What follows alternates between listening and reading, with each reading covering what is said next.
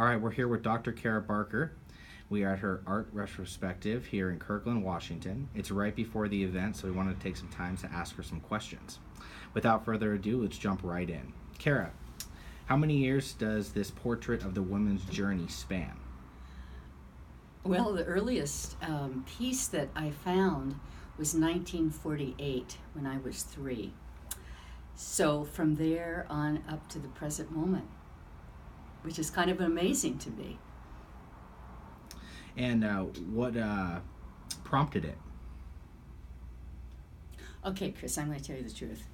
So about a month before my 70th birthday, you know how I walk along Lake Washington every day, and I had this feeling of my mother, and my mother's been dead 35 years, so I started to wonder, like, why am I getting this sense, knowing that's from my psyche and all that, why am I getting this sense of this?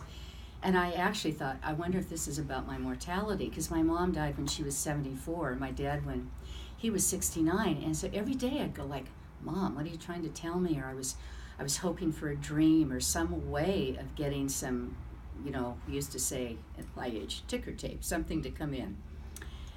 I guess Twitter feed now. So nothing. And then one day I'm walking along the lake and I'm looking at this heron on the piling down on Lake Washington.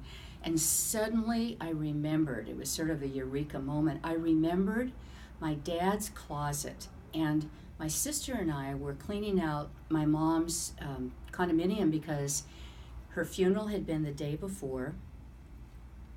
We had 48 hours to clean it completely out right after her funeral because a lady wanted to lease it for a year, and we figured that would give us, time to figure out what we wanted to do. Neither one of us living in the same city and my sister living overseas. So I opened my dad's closet, who had died 9 years before my mom, and I see this huge stack of newsprint portraits. And they were gorgeous, and I'm going through them and going through like, who did these? Where are they from? And then I realized my mom had done them. She'd done them 3 years before when I was living in the Bay Area. And when we moved back to raise our son, her health was starting to decline, and she never mentioned it, and I'd forgotten about it because we were into life another way. So there was my mother's work in my father's closet, and it just seemed so poignant to me on so many levels. My mother was a nurse anesthetist.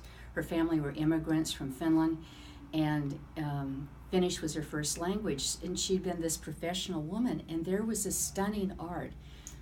And when I remembered that, Chris, I could imagine her voice saying to me, don't die with your art in the closet. Come out of the closet.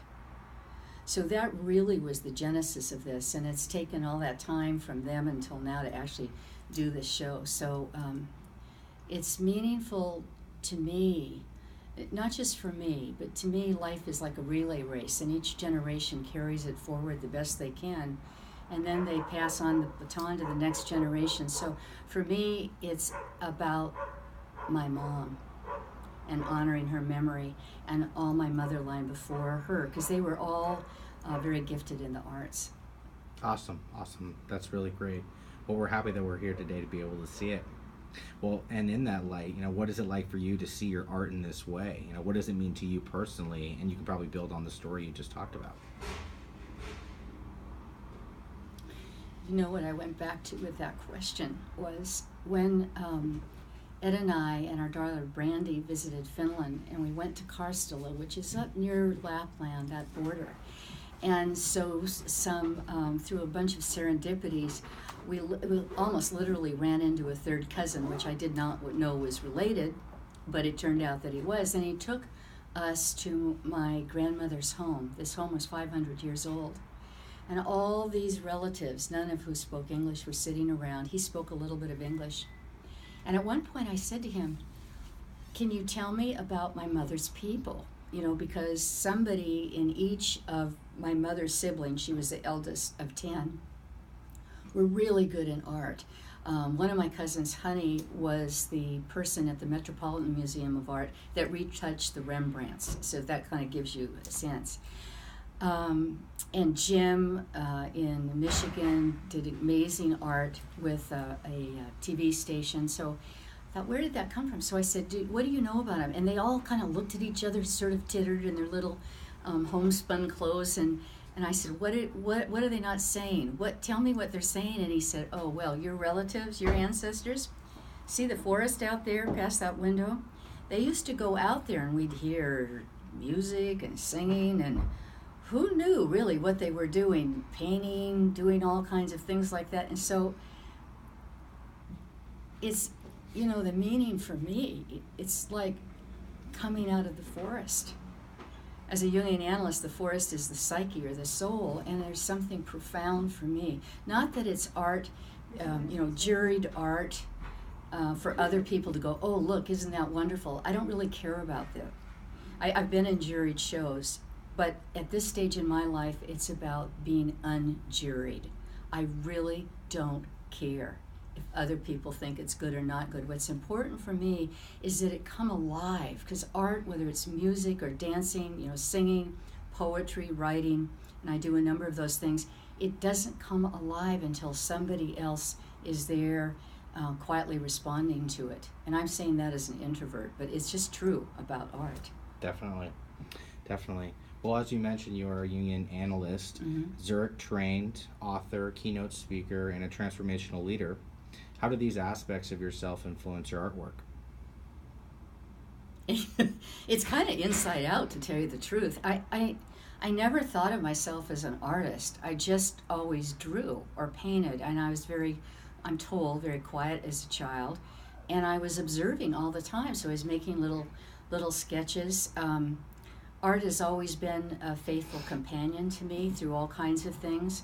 In fact, when I was doing Army nursing through a special program during Vietnam, there were soldiers, mostly male, that we were taking care of, and they had really terrible injuries inside and out, and PTSD hadn't been named at that point, and so I didn't want to stare at them. And one day I was sitting in the mess hall, and there was a rabbi, a priest, and I think he was a Methodist minister, and they were talking about these patients like they didn't know what to do. And so one of them asked me, "So what do you think?" And I just responded, and so this is the noise of the preparation for the show. And so I said, "Yeah, I'd love to go with you. I would love to go with you and just observe as best I can." So I started going on rounds with them, and I became fascinated by their stories. Like I said, I didn't want to stare at them, so I always carried a little sketch pad in my uniform, and I began to go after dinner in the mess hall in the evening and just sit with them. And because, like I said, I didn't want to stare, I'd just take out my little pad and I'd make a little sketch, and often it was of an image of something that they had said to me. They started to ask me, "So what are you doing over there?" And I said, "Oh, I'm just sketching. I'm just listening to your story." And there's something about sketching helps me listen more deeply, hearing with my heart, not just listening with my ears. And for some reason, those little images were significant to them, and they asked for them. This was before there was ever an art therapy, before the Kellogg sisters ever came up with that term. And like I said before, it was before PTSD. So it was named anyway. We still thought of it as shell shock. So it kept me going. We were running on fumes in those days, and it just kept me going. And I had several nursing friends who were suicidal. It was really affecting the staff because we didn't have a way to talk about what was going on. It just showed up in our, I had dreams for 12 years after that about that. So I think that I learned actually in Zurich one day, how when you fill out resume forms and stuff and it says your hobbies, I always put art under hobby. But I realized that day in Zurich that everything I do, whether it's making a meal or planting a garden, or taking care of patients, as a nurse practitioner or clinical psychologist, writer, keynote, it all comes from art. I just see the world that way for whatever reason. And so I'm kind of at that stage in my life of accepting that and owning up to the truth that I really am an artist. Awesome, awesome. Well, in that light, what other artists have influenced your work? There's a painting in the Metropolitan by Rembrandt, and this figure, I think it's Socrates contemplating the bust of Plato, and I've spent hours in front of that painting. It's chiaroscuro, I learned, and it's dark, dark, dark paint, but it's so dark that then you can see the light of this ring that he has on his little finger, and it just fascinated me, this contrast of dark and light. So I loved his work. I loved Mary Cassatt, because she painted, mothers and children, and I'm very drawn to that. And now I'm a nana, but I've always been drawn to mothers and children. I love Georgia O'Keeffe. I really relate to her. That whole thing about she was a really good representational artist, and she said one day she took her paintings down and she said, they're all for everybody else. I want to see what my art is like. She was talking about finding her voice. And so I loved her. I love Frida Kahlo. She's kind of the patron saint in my studio. I've got all kinds of pictures of photographs of Frida. Just her courage to change the history of art by honoring her personal experience of life, what it means to be a human being on this earth, just touches me beyond words, because she could have had a reputation as a juried artist, but she broke out of that mold. And I think that's the kind of artist it's the kind of person I've always been, is I've never been able to color between the lines, if you catch my meaning. It's always been out of the box for me. It's always been about transformation. And I'd have to add Aaron Copland in there, because as a composer, he said, why do you keep composing? He said, if I don't, how am I to discover the far and distant shores of myself? Or Martha Graham inspired me. The reporter said to her, what did your dance mean? And she said, if I could tell you, I wouldn't have had to dance it. I relate to that. I think when we go really close to the soul, and we do this a lot with symptoms and dreams, because it's sacred document from the soul in Jungian work, there are no words. It really comes in an imaginal way through the dream, through the body symptom, through synchronicities. And I don't know if that's answered your question, but the whole potpourri of artists, there's so many, we run out of time. No, that's perfect. And I think coming from any artist, that true expression and artistic skills are really what bring happiness, and many people will feel that there might be something lacking in life, but when they can express, whether it be emotionally, through art, through music, through whatever it may be, that it really does come to the surface as true happiness. Absolutely. In fact, this sounds funny to include this in this category, but some of the portraits that I did them because the lives of these people really spoke to me. Gandhi, who said, I never promised you consistency. I promised that I would live as close to my truth as I could.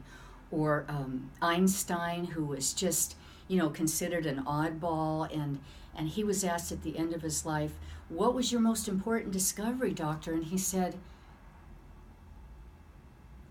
that you can trust the universe after all. And Mother Teresa, who was one of my mentoring people, who said, if you don't have joy in what you do, stay home. Stay home. Mm-hmm. And I believe, it's what you said, Chris, I believe, it's following our joy. And so often in Western America, we've talked about finding your purpose and finding your mission and all that. That's stage 1 of life. Stage 2 is your duty to your soul, and that comes through really listening to your heartbeat, your heart's desire. Yes. Very powerful, very powerful. Well, I think what we're excited for is this event tonight. So can you tell us a little bit how you organized it? Yeah, I edited it out a lot. So I started with my first little nebbish drawing at just under 3. I think it was a self-portrait. So I organized it through what Jung called stage 1 and stage 2. I'm going to throw in an intermediary stage because it's so important to me. So stage 1 is your duty to the world, to your family, to your school, to your religion if you have that, to your community. And it's doing things the right way. You know, the jury would pass on you. They might even give you an A if you worked really hard. So that's stage 1, and it's going through the drill. It's kind of like eventually feeling like the gerbil in the gerbil wheel for me. It's like you go through all the motions, you dot the I's, you cross the T's. But then he talked about stage 2. Now I'm going to talk about a transitional stage because it's true for me and many of the people that I've worked with personally that I've been really honored to work with. And that's what my Buddhist friends and my own Buddhist inclinations we call Bardo. And Bardo is the transition space. It's like you've left the old life, your old identity, but you don't know where you're going. You just feel this stirring, and it's very anxiety producing. In fact, even this may date what we're doing here, Chris, but you know, it's like in American elections in this last year, people are so stressed out because there's no way to know where things are going. But that's always where it is when we're taking a leap of growth in consciousness. So when I organized the work, I realized how much of my life has been in Bardo, because my life has been a lot about letting go, even names. So that brings us to stage 2. Stage 2 is your duty to your own soul. And everybody doesn't get to stage 2. In fact, most people probably stay in stage 1. That doesn't mean they're less than. It just means we have different proclivities. Some people are seekers. They want a more expansive, vital life, and some people don't really care about that. So in stage 2, you're really digging down deep inside yourself and saying, it's not about me. It's really at a soulful psyche level. In my deepest sense, what is the right path? What is the contribution that I can make in harmony with me? And you're not making it for other people. It's coming from your inside out. That stage for me was really, I've been through it a number of times, but the really big catalyst was when my son was killed in 1991. And that changed dramatically my relationship with art, which will be, I think, pretty obvious in the show. Awesome. Well, this has been great. I think just to wrap it up, after tonight's show, people are going to be wondering, do you sell your artwork? So can you speak to maybe that question for the viewers? Yeah. I have a website, and it's www.carabarker.com, and on there will be information. The prints that I'm selling, which I'm very excited about, is a French process of getting prints, and the resolution of color is really, really good. So if people want that, they can certainly get online and let me know. I take MasterCard and Visa. That's my shameless marketing. But I want to say one more thing. To anybody out there, Daniel Neyma did a wonderful song called I Know You're Out There. And he was talking about all the singers and all the visual artists and all the dancers and all the poets that think my stuff is never going to be good enough. And he calls I Know You're Out There. From me to you, I want you to know, when I look at the creative cycle, it goes like this. About 94% of it is, I have no idea how to do this. And then there's about 3%, that brings us up to 97, that it's total panic. And then the last 3% is, I don't know how I did it. It's a willingness to be in the mystery with yourself and truly knowing you're never alone. And that's why so much of my work, the latter half, it devotes itself to the sacred feminine, because we've lost that for centuries. We've been so into think, and power, greed, that kind of thing. We need to come back to the divine feminine in men and women and children, which really means trust your intuition, trust your deepest self, touch your need to connect deeply. And out of that comes what I'd call post-traumatic growth. Great. Well, thank you for your time today, Cara. and good luck tonight. Thank you so much. I'm excited. Okay.